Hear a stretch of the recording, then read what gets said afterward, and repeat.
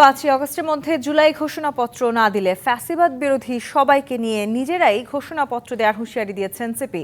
আর জুলাই সনদকে আইনি ভিত্তির মাধ্যমে বাস্তবায়নের জোর দাবি জানিয়েছে জামায়াত। জুলাই সনদের খসড়ায় বিএনপি একমত হলেও এর আইনি কাঠামো নিয়ে প্রশ্ন তুলছে দলটি। এদিকে আগামীকাল জুলাই সনদের গ্রহণযোগ্য খসড়া সব রাজনৈতিক দলের কাছে তুলে দেবে জাতীয় ঐকমত্য কমিশন। রাজধানীর ফরেন সার্ভিস একাডেমিতে বুধবার বেলা 2টার পরে রাজনৈতিক দলগুলোর সঙ্গে বৈঠকে বসে জাতীয় ঐকমত্য কমিশন। 22তম দিনের বৈঠকের প্রারম্ভিক বক্তব্যে কমিশনের সহ সভাপতি অধ্যাপক আলী রিয়াজ বলেন, দ্রুতই সংস্কার নিয়ে চূড়ান্ত সিদ্ধান্তে পৌঁছানো যাবে। আলোচনাটা আমরা দ্রুত গতিতে অগ্রসর করতে হবে। আজকে বিকেল সন্ধ্যা পর্যন্ত বা যদি প্রয়োজন হয় আরো কিছুটা দীর্ঘমেয়াদে, এবং কালকে আমরা সমস্তটা তৈরি করে যাতে একটা সকলের কাছে গ্রহণযোগ্য ঐকমত্যের জায়গাগুলি চিহ্নিত করা আছে এরকম একটি সনদ আমরা সকলের হাতে তুলে দিতে পারি।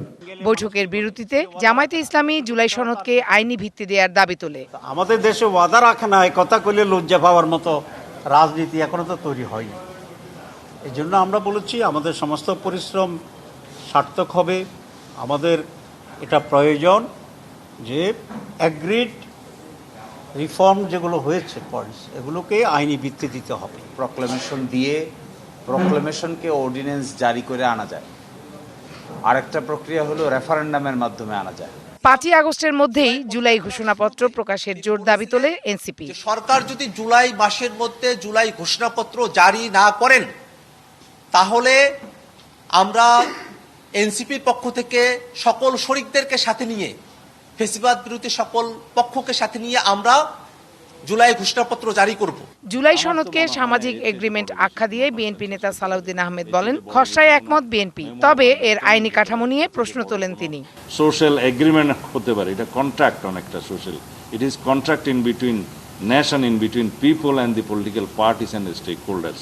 তা আমি মনে করি সেটা বাস্তবায়নের জন্য একমাত্র জায়গা হবে জাতীয় সংসদ। বুধবারের বৈঠকে এজেন্ডায় আরও ছিল রাষ্ট্রের মূলনীতি, সংসদের উচ্চকক্ষের গঠন ও সংসদ নির্বাচনের পদ্ধতি, সংসদের নারী প্রতিনিধিত্ব সহ আরও বেশ কয়েকটি বিষয়। অর্ডিন্যান্স জারির মাধ্যমে সংস্কার প্রস্তাবের অনেক। Farhana Juthi, DBC news, Dhaka.